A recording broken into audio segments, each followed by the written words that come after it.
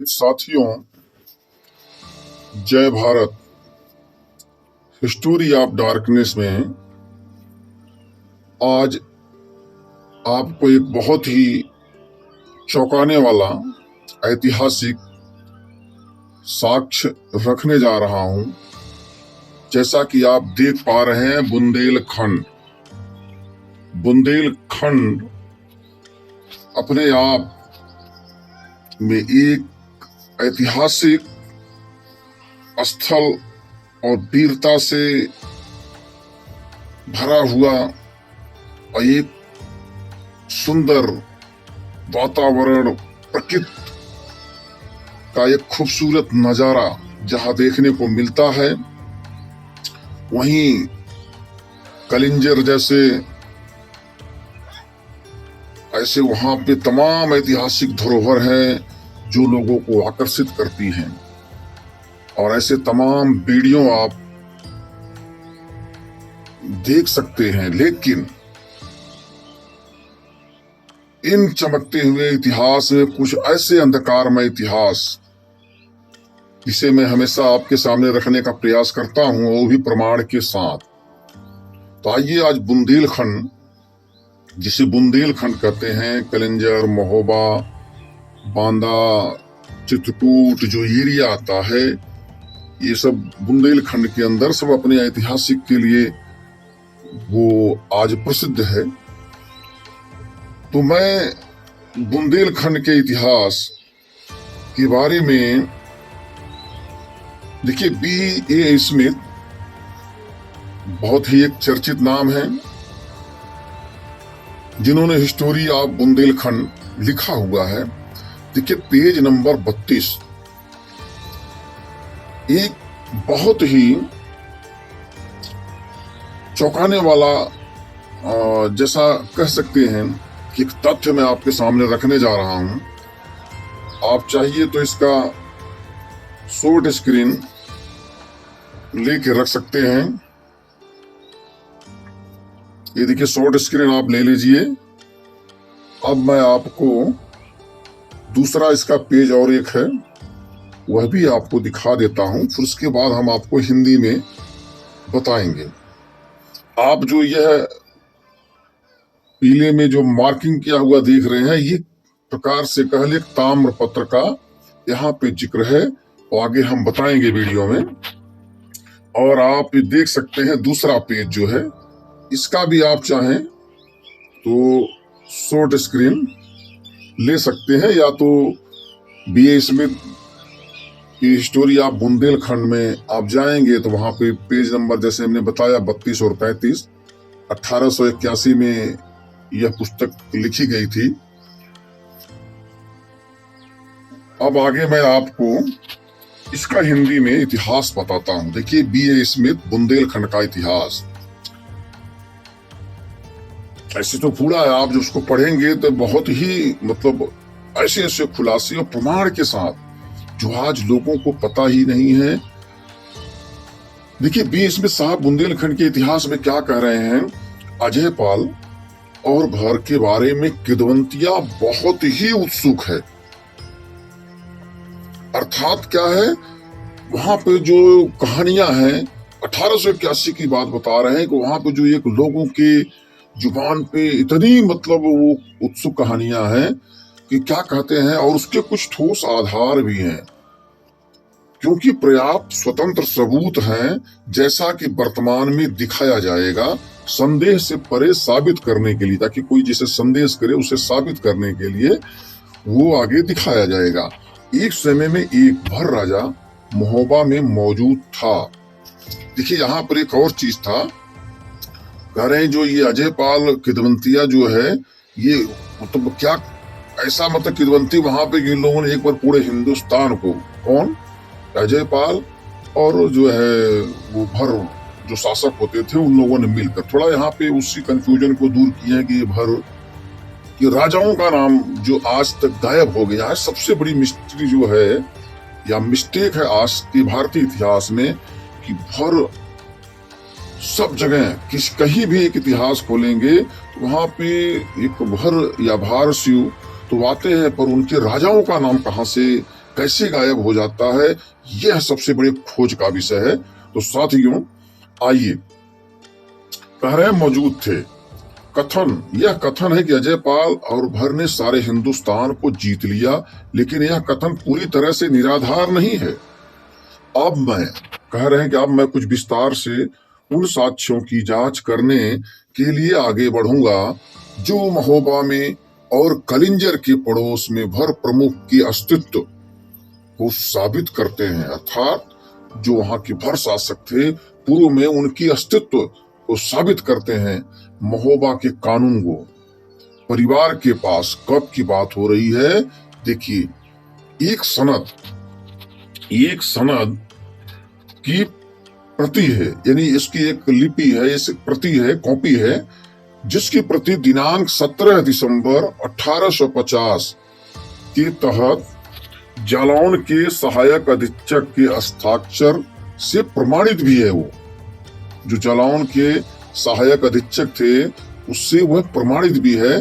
कब? 17 दिसंबर 1850। ऐसा कहा जाता है कि जिस दस्तावेज से प्रतिलिपि ली गई है वह कागज पर थी और 1840 में महोबा परगना के कब्जे के तुरंत बाद, यानी 1840 में जब महोबा परगना किसके, ब्रिटिश हुकूमत के कब्जे में आ गया, तो तुरंत बाद देखिए अदालत में जो है दर्ज की गई थी, वह जो साबूत दर्ज की गई थी, और उसमें कोई संदेह नहीं है कि बाकी अभिलेखों के साथ विद्रोह में नष्ट कर दिया गया था। अर्थात कह रहे हैं कि वहां पे जो और कुछ अभिलेख थे वो सब किसी मतलब विद्रोहों में वो सब नष्ट हो गए थे। फिर मौजूदा प्रति की भाषा कह रहे हैं कि आधुनिक क्या है, हिंदी है। जो कानून गो थे उस समय के, उनके बेटे का कहना है कि विद्रोह में नष्ट किए गए दस्तावेज क्या है, कागज पर लिखे गए। अब साथियों देशवासियों समझने की जो बात है, देखिए आप इस जो भारसी भरवंश की जो एक हिस्ट्री का अधूरा इतिहास है, क्योंकि मैं हिस्टोरी ऑफ डार्कनेस, अंधकार में इतिहास को ही दिखाता हूँ, वो चाहे किसी का हो। और साथियों कुछ लोग सोचेंगे कि मैं बार बार ये भारसियों का ही इतिहास या राजभरों का इतिहास क्यों बताता हूँ। साथियों ऐसा नहीं है, मैं सबका एक एक करके बताऊंगा, लेकिन जहां मैं जब उसमें कहीं भी जाता हूँ तो पहले इन्हीं का नाम आता है, तो मुझे मजबूरन वो बताना पड़ता है। अब देखिए क्यों, जैसा कि मैंने कहा कि अब यहाँ पर देखिए दस्तावेज को नष्ट करने के बाद हिंदी में लिखे गए, ठीक है, लेकिन अब हिंदी में सिर्फ क्या लिखे गए हैं, बहुत सारी चीजें रही होंगी, बहुत सारा उसमें रिकॉर्ड रहा होगा, लेकिन सारी चीजें खत्म करके जो काम की चीजें थी वही रह गई है। ये आगे देखिए, कह रहे कागज पर लिखे गए थे, यह निश्चित है कि वह दस्तावेज अपने आप में मूल नहीं था, मतलब मूल रूप में जो दस्तावेज दिए गए थे वो उसके मूल रूप में नहीं था। 1337 संवत के एक सनद के लिए तांबे पर लिखे गए थे और लगभग निश्चित रूप से संस्कृत भाषा में होंगे।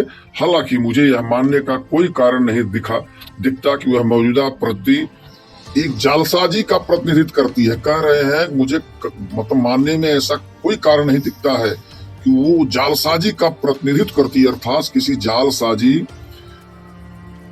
जो के द्वारा उसे बाद में हिंदी में कन्वर्ट किया, किसी जालसाजी के साथ उसे तमाम सबूतों को खत्म करने की कोशिश की गई है।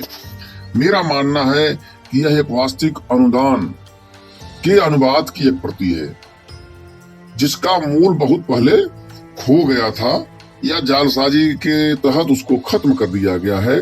दस्तावेज निम्नलिखित प्रभाव के लिए है। अब देखिए जो एक वो लिखित, आज भी वो जो कानून गो का परिवार 1850 में था, आज भी है साथियों।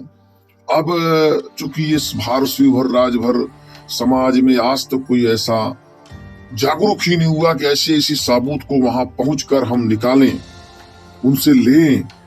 जैसा कि क्या लिखा, अब आगे देखिए, इसमें लिखा है उस जो एक प्रकार से ताम्र पत्र कह लें, श्री महाराजा अधिराज श्री महाराजा श्री राजा कीरत सिंह जू, और क्या नाम है, राजा कीरत सिंह जू भर की ओर से श्री कानून गो चौधरी माधोराम, जो मनसबदार हैं, फौजदार जो कार्यों का देख रेख करते हैं, को निर्वाह के लिए अनुदान दिया जाता है।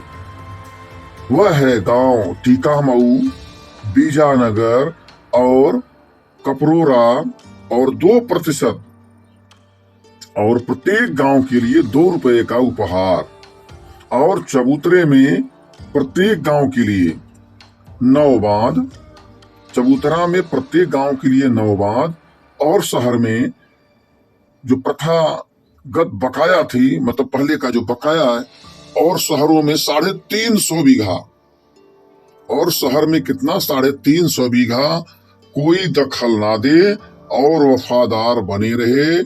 सोमवार 9 माघ सुदी संवत 1337 कलापी। देखिए साथियों, एक ऐसा बड़ा प्रमाण कि आज भी ये चीजें वो वहां पर है, लेकिन अब कौन इसको लेने जाए। ये देखिए, उस समय अंग्रेजों ने आपकी चीजें जो वहां पे एक रिकॉर्ड में रखकर ये सारी चीज लिखा हुआ है, लेकिन अब हमें लोगों को नहीं पता है या इस समाज को नहीं पता है, तो दुर्भाग्य, लोग जानना भी नहीं चाहते हैं। साथ ही देखिए आगे क्या लिखा है, मूल के अभाव में इस अनुदान की प्रामाणिकता पर निश्चित रूप से उच्चारण करना असंभव है, लेकिन कम से कम इसमें कोई संदेह नहीं है कि आप कानून गो के कब्जे में प्रतिलिपि की वास्तविकता है। मतलब जो कानून के कब्जे में आज भी उसकी वास्तविकता, चाहे वह किसी रूप में जालसाजी के रूप में खत्म करके जो भी है, पर कुछ तो वास्तविकता आज भी है, और परिवार में अभी भी राजस्व मुक्त का हिस्सा रखता है। देखिए शहर में 350 बीघा, और वे कहते हैं विभिन्न देशी शासकों के तहत उन्होंने अनुदान में उल्लिखित परगना जो पारगमन और अन्य बकाया राशि का आनंद लिया, अर्थात वो जो राजस्व मुक्त 350 बीघा और तमाम जो वो कानून के परिवार ने उसका हमेशा दूसरे भी देशी राजाओं के तहत उन्होंने उसका हमेशा आनंद लिया है, और उसको अंग्रेजी हुकूमत तक लेते आ रहे थे। देखिए कितनी बड़ी बात है। और ये घटना 1280 की है। आगे देखिए, कलापी के नोट को इस विचार से समझा गया है, कलापी और महोबा को आम तौर पर एक ही जिले में शामिल किया गया था। कुतुबुद्दीन के समय में महोबा कलापी की रियासत की राजधानी थी। यदि इस कानून को की सनद प्रमाणिक हो तो महोबा में भर शासन काल की एक तिथि अर्थात 1337 जो संवत है ईस्वी 1200 ईस्वी माना जा सकता है, या माना कन्फर्म है कि वहां पे एक भर शासक, जैसा कि हम देखेंगे इन प्रभुत्व में कलिंजर भी शामिल है। देखिए इन्हीं प्रभुत्व में क्या है, जिसे आज कलिंजर का किला कहते हैं, उसमें भी शामिल है। और कानून की जो रेस के किरात जी भर की पहचान कलिंजर के राजा कीरतपाल से करने के लिए मैं तैयार हूं। देखिए यहाँ पे क्या है, वहां पे कीरत जो जू भर, और यहाँ पे जो कलिंजर में एक राजा कीरतपाल के, बस यही थोड़ा सा कंफ्यूजन कर दिया गया। आगे चल के उसके नाम को लोगों ने चेंज कर दिया है, या मैं यह कहूं, चलिए साथियों पहले पूरा कर लेते हैं। कीरतपाल से करने की तैयार कौन कर रहे हैं, इसमें साहब अपने विचार दे रहे हैं, तर्क दे रहे हैं, जिसका उल्लेख महोबा परंपरा में मिलता है। महोबा परंपरा में जिसका उल्लेख मिलता है एक अलग स्रोत से।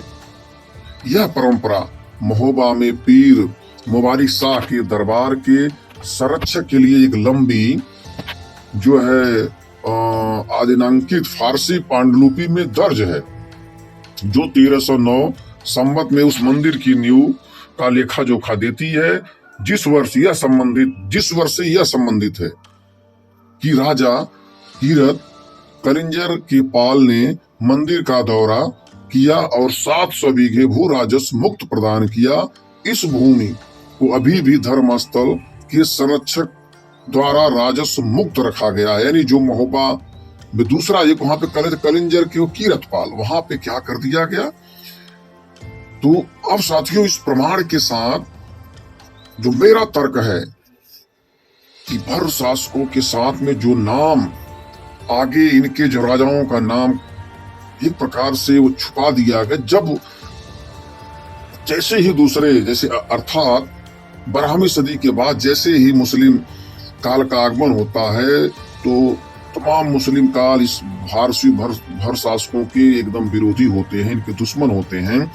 और वहीं पे मुझे लगता है और यह कंफर्म है कि जो दूसरे लोग या इसी में से कुछ लोग जो इन्हीं के तमाम शाखाएं थी वो धीरे धीरे इनकी रियासतों पे कब्जा हुआ और अपने नाम को उन लोगों ने धीरे धीरे अपने आप को चेंज कर लिया या किसी और नाम से, जैसे वहां पे तमाम बुंदेला है, जो चंदेल हैं या और ऐसी तमाम रियासतें, बाद में जिसे बघेल कहते हैं, बघेल डायनेस्टी, वो भी एक आपसे ही जुड़ा इतिहास है।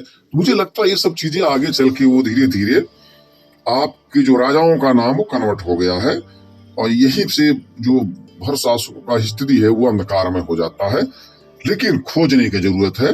तो साथियों अगर मेरे ये हिस्ट्री ऑफ डार्कनेस में जो इतिहास को आपके सामने रखा हूं, अगर आपको यह जानकारी अच्छी लगी हो तो लोगों तक शेयर करें और इस आपके चैनल से जुड़कर अपने मिशन को, इस अंधकारमय इतिहास को प्रकाश की तरफ ले जाने के लिए जुड़े। जय भारत।